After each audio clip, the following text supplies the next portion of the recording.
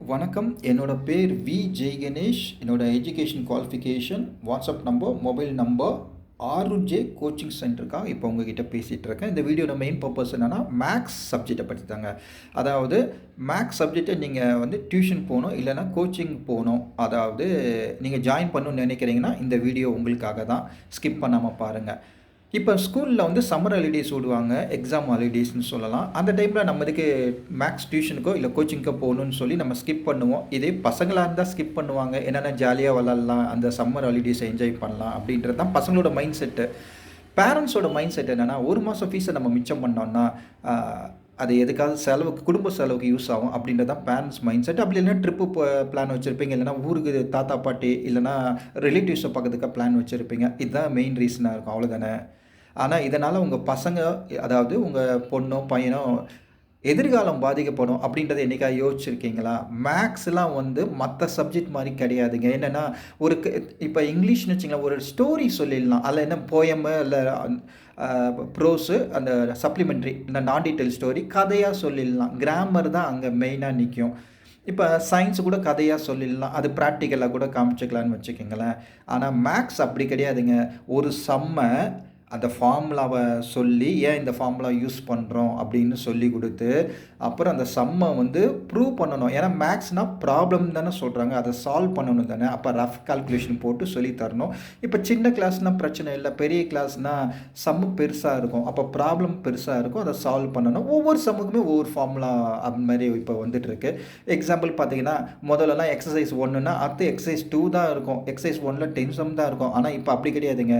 Exercise 1 அது 1.1 1.2 1.3 போயிட்டே இருக்குது. எப்படி தான் சாப்டராக வந்துட்டு இருக்கு. ஸோ இதுக்கப்புறம் நெக்ஸ்ட் ஜென்ரேஷனில் எப்படி இருக்குன்னு தெரியாது. அதனால் மெயின் திங் என்னென்னா, நீங்கள் ஒரு மாதம் ஃபீஸை கம்மி பண்ணுறதா நினைச்சு எதிர்காலத்தையே ஸ்பாயில் பண்ணுறீங்க, அதாவது பிள்ளைங்களோட எதிர்காலத்தை. ஓகே, இது ஏன் நான் சொல்கிறது 100க்கு 100 உண்மை அப்படின்னா, இப்போ ஸ்கூல் திறந்து ஸ்கூலுக்கு போகிறாங்க பசங்கன்னா, புதுசாக இருக்கும் சப்ஜெக்ட்டு, ஓகே. ஆனால் மற்ற சப்ஜெக்ட்டு கதை மாதிரி சொல்லும் போது புரிஞ்சிக்கலாம், ஒரு நாளில் 2 நாளில் புரிஞ்சிக்கலாம். ஆனால் மேக்ஸ் அப்படி கிடையாதுங்க. ஒரு சம்மை சொல்லி கொடுத்து மீதி இந்த ஃபார்முலா வச்சு அப்ளை பண்ணி போட்டுருங்க. டவுட்ஸ்னால் கேளுங்க, மறுநாள் நெக்ஸ்ட் கிளாஸில் ஸ்கூலில் சாரோ மிஸ்ஸோ சொல்லுவாங்க. ஆனால் ப்ராக்டிக்கலாக நம்ம பசங்க வந்து எப்பவுமே டவுட்ஸ் கேட்க மாட்டாங்க. கேர்ள்ஸ் கூட கேட்பாங்கன்னு வச்சுங்களேன். பாய்ஸு வாயை திறக்கிறது இல்லை. ஒரு சில பேர் வேணால் ரேராக வாயை திறக்கலாம். இது மாதிரி இந்த இந்த சம்மில் இந்த ஸ்டெப்பில் எனக்கு டவுட்ஸ் இருக்குதுன்னு மேபி கேட்கலாம். ஆனால் ஸ்கூலில் ஏன் அது மாதிரி சொல்லித்தர முடியாது அப்படின்னா, உங்களுக்கு டைமே இருக்காதுங்க. ஏன்னா ஒரு சம்மு போடணுன்னா மினிமமாக 1/2 hour ஆகும். இப்போ 10ன்னு வச்சுக்கலாம், மினிமம் 1/2 hour ஆகுங்க. அப்போ புரியணும். அப்போ கிளாஸில் யாரோ ஒரு பையனோ பொண்ணோ கரெக்டாக போட்டாங்கன்னா புரிஞ்சிச்சா அப்படின்னு தான். டிட் யூ ஆல் அண்டர்ஸ்டூட் அப்படின்னு கேட்டாங்கன்னா, அண்டர்ஸ்டாண்டு கேட்டாலும் அண்டர்ஸ்டூட்னு சொல்லுவாங்க, புரிஞ்சிச்சான்னு கேட்டாலும் தெரிஞ்சிச்சு புரிஞ்சிச்சுன்னு தான் தலையாட்டுவாங்க. அது கூட வாய் திறந்து சொல்கிறது இல்லை பசங்க. ஸோ ஸ்கிப் பண்ணிவிட்டு நெக்ஸ்ட்டு சாப்டர் போயிடுவாங்க, இல்லை எக்ஸசைஸ் போயிடுவாங்க. தயவு செஞ்சு டியூஷனில் அது மாதிரி பண்ண முடியாது. எல்லா சம்மும் பசங்களுக்கு சொல்லி கொடுத்து, ரஃப் கால்குலேஷன் வச்சு போட்டு சொல்லி கொடுத்து, ஃபார்முலாவை புரிய வச்சு ஒவ்வொரு சம்மாக சொல்லித்தரணும்னா டைம் எடுக்கும். அதனால் இதில் ஒரு புட்சல்தனமாக நம்ம பேரண்ட்ஸ்லாம் செய்வாங்க. என்ன செய்வாங்கன்னா, மந்த்லி மேக்ஸ் சப்ஜெக்ட்டுக்கு ஃபீஸ் கட்டுறது, அந்த தப்பை தயவு செஞ்சு செய்யாதீங்க. ஏன் அப்படின்னா, இயர்லி ஃபீஸ் கட்டிட்டிங்கன்னா முன்னாடியே ஒவ்வொரு சாப்டராக சொல்லிக் கொடுத்து டெக்னிக்ஸை சொல்லிக் கொடுப்பாங்க. இது எப்படி ஈஸியாக இப்போல்லாம் சொல்கிறாங்களே லைஃப் ஹேக்ஸ்னு, ஈஸியாக ஷார்ட்டாக ஸ்மார்ட்டாக எப்படி பண்ணுறது தான் லைஃப் ஹேக்ஸ்ன்னு அர்த்தம். அப்போ மேக்ஸ் எதுலேயும் அந்த லைஃப் ஹேக்ஸை அப்ளை பண்ண முடியும்.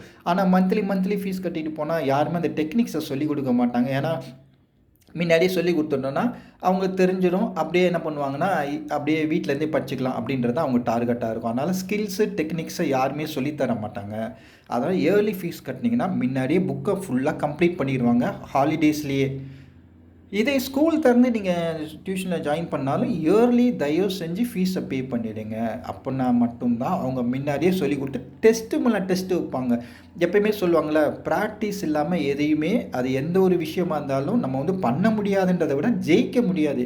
ஏன்னா நம்ம ஒரு காம்படிஷனில் களத்தில் இறங்குறோம், எக்ஸாமுக்கு போகிறோன்னா மார்க் ஸ்கோர் பண்ண தான், ஜெயிக்கிறதுக்காக தான். அதுதான் ரிசல்ட்டு. அதுவே ஜெயிக்க முடியாதுன்னு நம்மளே அந்த முடிவு எடுக்கிறோம்னா அது தப்பு தானே. ஸோ மேக்ஸ் டியூஷன்னா இல்லைனா கோச்சிங் போகணும் அப்படின்னா தயவு செஞ்சு லீவில் சேர்ந்துருங்க. அதே நேரத்தில் இயர்லி ஃபீஸ் பே பண்ணுங்கள். அப்பா என் குடும்ப கஷ்டம் எங்களுக்கு தான்ப்பா தெரியும். பேசுறது 1000 பேர் யார் வேணால் அட்வைஸ் பண்ணிட்டு போகலான்னா அது அவங்கவுங்க இஷ்டம்.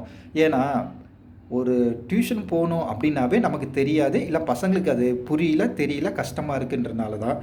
அதை மாதம் மாதம் போய் நீங்கள் ஃபீஸை கட்டினீங்கன்னா அப்போ நீங்கள் கட்டுற ஒரு வருஷம் ஃபீஸ்க்கு யூஸே இல்லைங்க. அதனால் ஒரு ரூபாவா 10 நாள் சேர்த்து வச்சாலும் ரூபா அந்த 10 ரூபாவாக தான் மாறும். ரூபான்றது நீங்கள் ஒரே டைமில் 10 ரூபா கொடுத்தாலும் அதே கணக்கு தான். ஸோ புரிகிறவங்களும் புரியும், புரியாதவங்களுக்கு எப்பவுமே புரியாது. ஆனால் பெரியவங்க கஷ்டப்பட்ட போதில்லை, அந்த சின்ன பசங்க தான் கஷ்டப்பட போகிறாங்க அப்படின்றத நீங்கள் ஒரு வாட்டி யோசிச்சிங்கன்னா இந்த வீடியோவில் நான் என்ன சொல்ல வரேன்றது உங்களுக்கு புரிஞ்சிருக்கும்.